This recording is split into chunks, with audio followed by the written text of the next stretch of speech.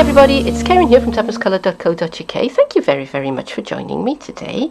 This is the project that I'm going to be sharing with you today, and it's going to be a little bit different to my normal kind of projects, because there was a conversation in the Stampin Up demonstrators group that I belong to on Facebook, and one of our members said, well, how do you go about working out the dimensions for, when you make boxes and for projects? And I thought, well, yeah, that's a good idea, because normally I just give you, I tell you I've cut the card to this bit and score it at that length. And this time I'm going to take you through the calculation process. So this is more about how I figured out the dimensions of the box that I was going to need. So I made this specifically to fit this little embellishment. Now I'm doing this back to front really, because I'm going to show you how I made the box first, and then the next couple of videos will be how I made the embellishment that goes inside. So please forgive me for that. So I'm going to get started very soon, but before I do, I just want to give a shout out to somebody that I hope is watching. I know she's one of my subscribers, and I know that she is local to me in Swansea in South Wales. So I promised that I would give her a mention. So Skylar, keep watching, because this one is for you. At the start of my videos, I normally tell you what materials I'm going to be using and the sizes that I've cut the card and the paper to. Today I'm not going to do that, because this is all about how I arrive at that point. So what I've got here in front of me today is I have a piece of the This Christmas DSP, and the reason why I'm using this piece is that it is a scrap left over from when I made the flower on the front of the embellishment here, and it's the right colour and it's a good size. So I don't waste things. I'm a crafter, so I'm going to be using that. And size of it, I don't know, it's about 2.5 inches wide. I have my embellishment itself, because I'm going to be using that to work out my dimensions, so I need to have that there. This is the other half of the doily that I chopped down to make these little things here. All right, so again, I'm not going to just throw that away. Don't know whether I'm going to use this. This is just a piece of Flirty Flamingo ruched ribbon, and as you can see, I've grunged it up a little bit, and all I did was I rubbed soft suede ink over the top of it. I've got a little bit of Flirty Flamingo card, which I'm thinking I may use or I may not. The main thing that I'm going to be using is a piece of garden green card, and again I went with the garden green because it's the colour that is in the leaves here. Alright, and because this is rather a grungy and shabby piece, I could have gone with a brighter colour, but it would have been, it isn't in character, it isn't in keeping. Alright, now I may decide as I'm working through to bring in other bits and pieces, other embellishments, and if I do, I'll introduce them as I use them. But these are the things that I think I'm going to be using to make this box. Before I start cutting anything, I want to do some calculations about how big this needs to be. So I have my embellishment, I've got a ruler, and I've got a pen to make notes with. I'm working on grid paper, which is very useful, but if you don't have grid paper, squared paper or any paper will do. Grid paper or something with with squares does make it a little bit easier. So I'm going to start, doesn't have to be in the centre, but hey, do you know what, it's convenient, isn't it? So I'm going to mark on my paper where my embellishment fits. So I'm marking the widest point on either side. Okay, and that is pretty much it. Okay, so that is the minimum size that I want my box to be. And I'm just going to mark up my lines so that I can see them clearly. Right, now normally I probably would do this with pencil, but I'm using a pen today so that you can see. Now I want to measure between those points, and again this is where the grid paper helps me because it gives me that straight line to measure along. And if I were to make my box exactly the same size as my my contents, it would be 3 and 1, 2, 3, 4, 5, 7/8. All right, by, and I'm going to extend this line so I've got something to measure against, by, that's about 2 and 1/16 of an inch, roughly. Okay. Now, if I make a box with a base of that size, yes, that will fit in it, but it will be a really snug fit, and it will be difficult to get it in and out of the box. So I'm going to add a bit to those dimensions. So I'm going to call that, I think I call that, I'll make that 4 inches. Okay, and that'll give me plenty of room. So that's how long the base is. And between there, if I make that about, let me have a think.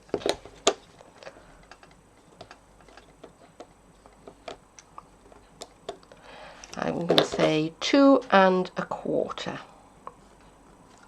along there. So that is 4 inches by 2 1/4, and that is going to be the size of the base of my box. Okay, it's not the world's straightest, but that's okay because this is just what we're doing our rough calculations on. So I'm going to write that down, 2 1/4 by 4 inches. All right, now from there on, there's one more dimension that we need to measure, and that's the depth. If you're doing a something like a card or something that hasn't got much height to it, then you can just make the depth of the box as much as you like. But in this particular case, we have something that is sticking up, and I am trying to measure how high that is and allow a bit over the top, and that needs to be at least 3/4 of an inch deep. Okay, so I'm going to mark that down as well. Now, just want to say again that the reason why you don't make your box base exactly the same size as what you're putting in there is because you have to allow room to get the thing in and out.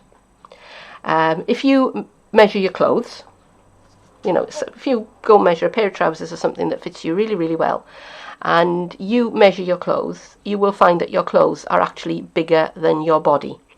And that is because you have to have something called ease, because you have to allow for movement. And it's the same thing when you're making a box to fit a particular item. You have to allow for a little bit of ease. All right, so round up. Okay, and do you know what? Make it easy for yourself. Pick measurements that are easy for you to do. Now it's got to be 3/4 of an inch deep. So I want to add 3/4 of an inch on each side of this dimension. All right. And again at the bottom, 3/4 of an inch. And up here, 3/4 of an inch. Okay, so 3/4 and 3/4, and 2 1/4. Now 3/4 and 3/4 is 1.5 inches, so it's 3/4 plus 2 1/4 plus 3/4 is 3/4 and 2 is 5. It's not.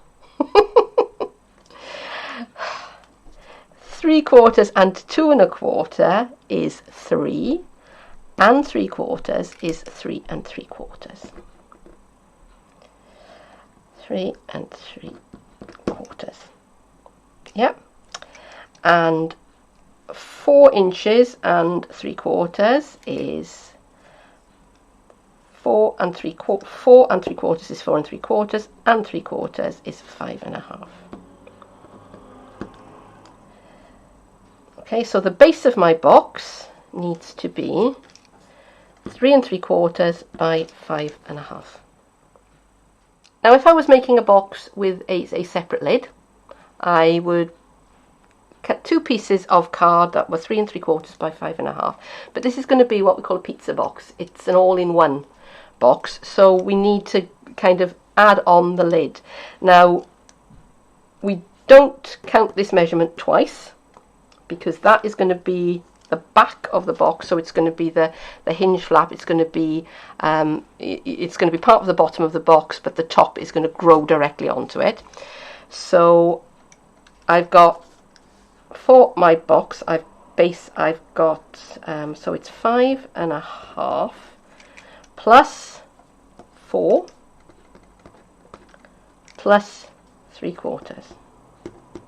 Okay, is that making sense?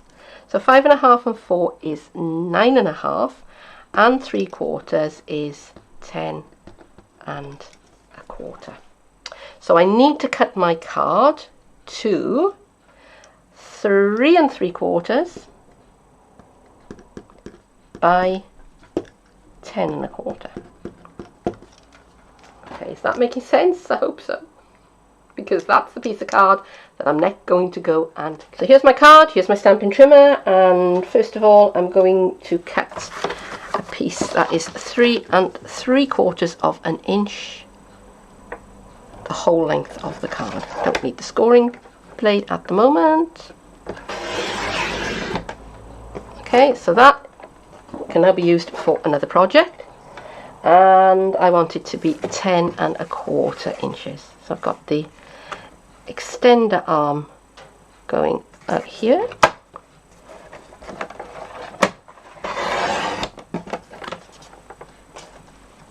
Okay, so now I need to work out where I need to do my scoring. So first of all, I need to score it at 3/4 of an inch, because that was the depth that I said I wanted. And I could use my my stamping scoreboard, but you know what, my perfect scoreboard, but this is here, so I'm going to score that at 3/4 of an inch on both sides. Okay, and while I'm in a 3/4 of an inch sort of mood, I'll do my edges as well.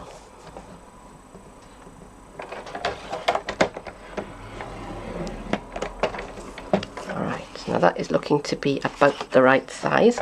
Now I want to score at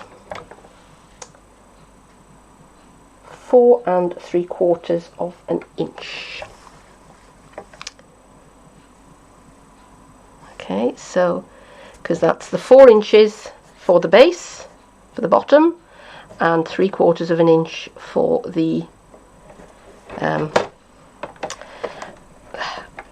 oops, I nearly cut it. That's okay, because I'm going to be cutting that bit anyway. My heart. And easiest way I find of doing this is to turn it around and score the other side from the other side at 4 3/4 of an inch. Okay, and now I've got my score lines all in place.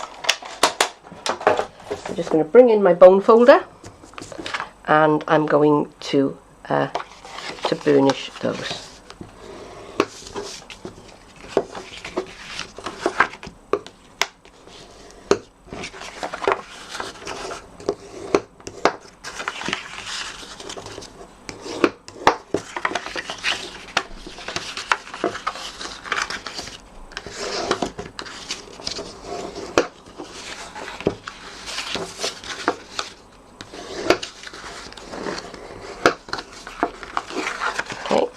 that is the neck of my box started, and I'm going to bring in my snips and I'm going to open up these flaps. So I'm just, I already started that one. That's why that wasn't a complete disaster. But yeah, that's why I usually do my scoring on the big scoreboard, because you can't make that mistake.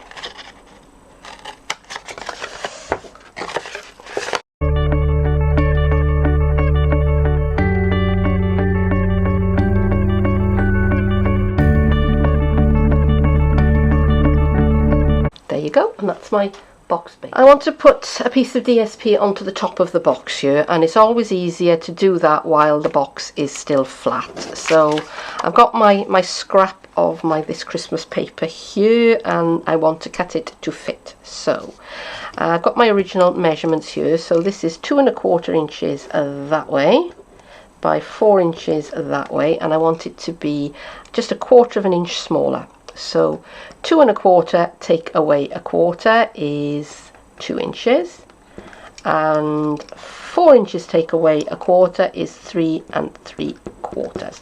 So that is how I am going to cut my paper. So I'm going to start with cutting the length of it, so 3 3/4. And this time I do need the dark grey cutting blade. And I want it to be 2 inches wide.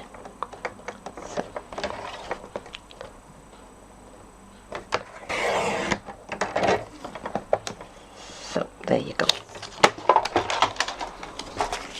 And that, if I bring back my box, will fit onto the top of the lid with a little bit of space all around. All right. Now it's looking a little bit clean for me, so I have my soft suede ink and my sponge,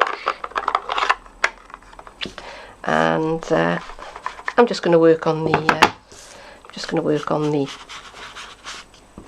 grid paper. Couldn't think what it was for a minute. I shall do the same to this bit of doily, because I think I'm going to use that as well. And I'm on the very vanilla side, and I'm just giving it just a little bit of soft suede, and you can stencil through it. Look. Put that on one side for the moment, and I've got got some fast fuse here, and I mean I could use snail, that would be absolutely fine, but since I have the fast fuse handy, why not use it? No. I'm going to tuck in my edges so I can see where I'm lining it up to, because sometimes it can be difficult to get an even.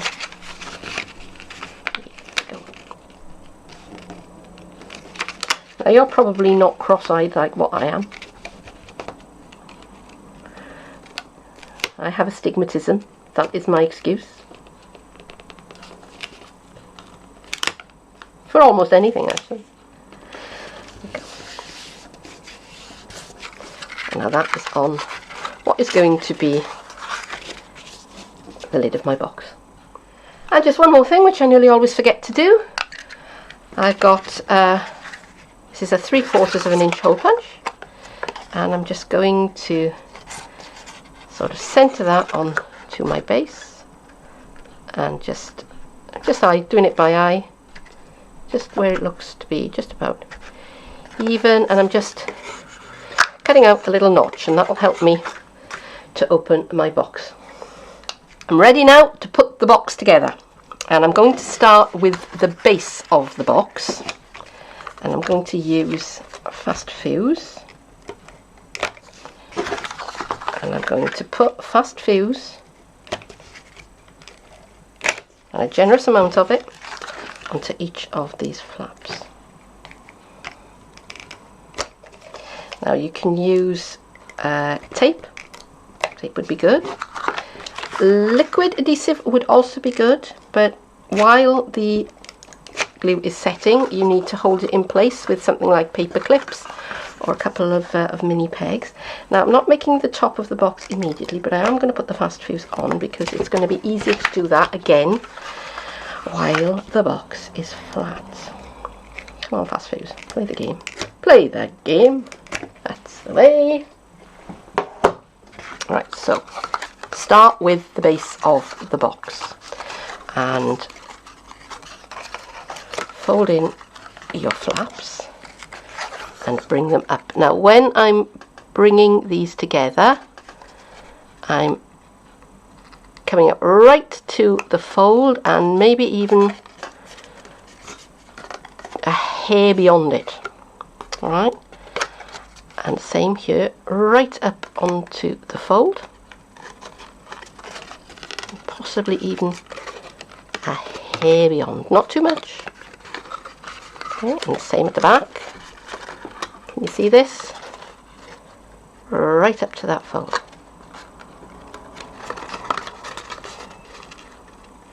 Right up to that fold. And I'm just going to squish those with my fingers to make sure that they're well stuck. Oh, I've bent that. Right, I might have to come in with a corner rounder and deal with that. Now, for the lid, I'm going up to the fold and then just back just a tiny little bit. Okay, so up and back.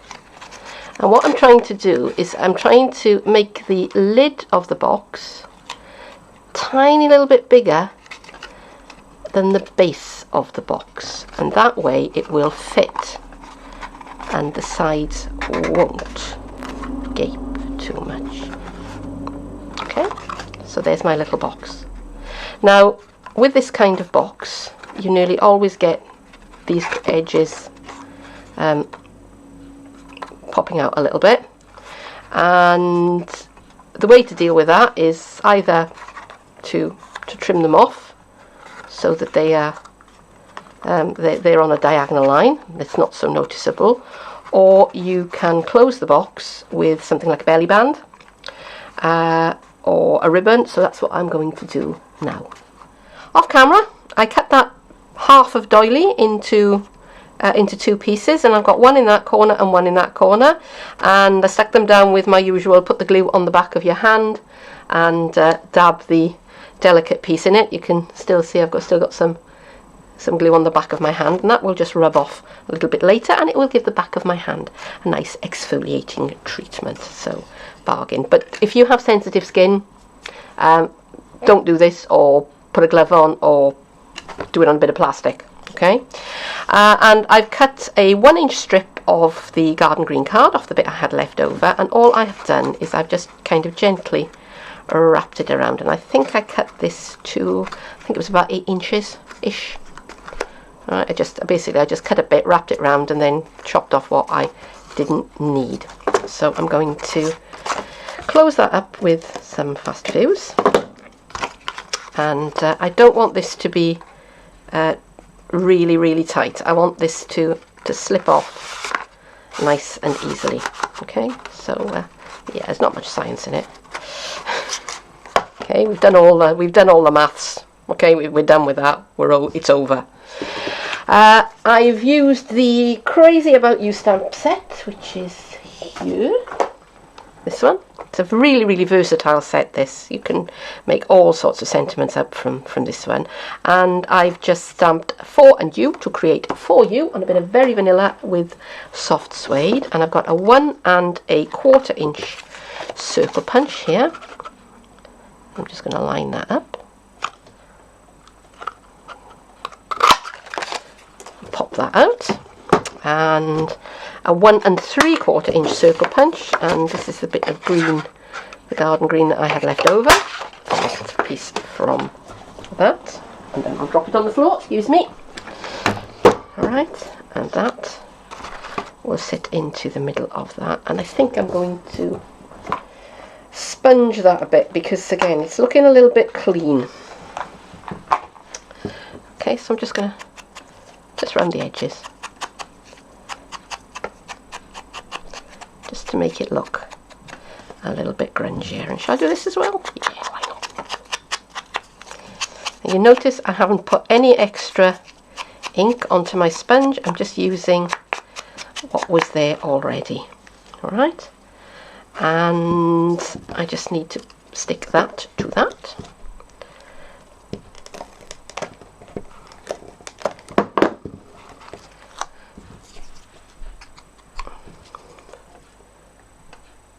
Okay.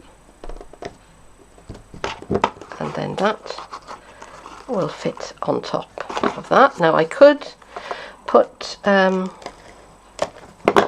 dimensional, but just for once I think I'll just keep this fairly flat. And there it is. So there it is, all finished, and I hope that you enjoyed it. And I said at the beginning that I was dedicating the video to Skylar, and I'm going to give her this project, so I do hope that she likes it. So that is it for now. Thank you very, very much for joining me. If you enjoyed this video, then don't forget to like, to comment, to share and to subscribe. If you want to visit my Facebook page and leave me a picture of what you've been getting up to, I would really, really love to see it. And you can find the details underneath the video here. I've got a blog and I've got a Stampin' Up shop as well, where you can get your hands on the things that I've used for the project. Well, most of them. We don't do beeswax. But that is it for now. Thank you for joining me, and I hope that I'll see you again soon. Bye bye.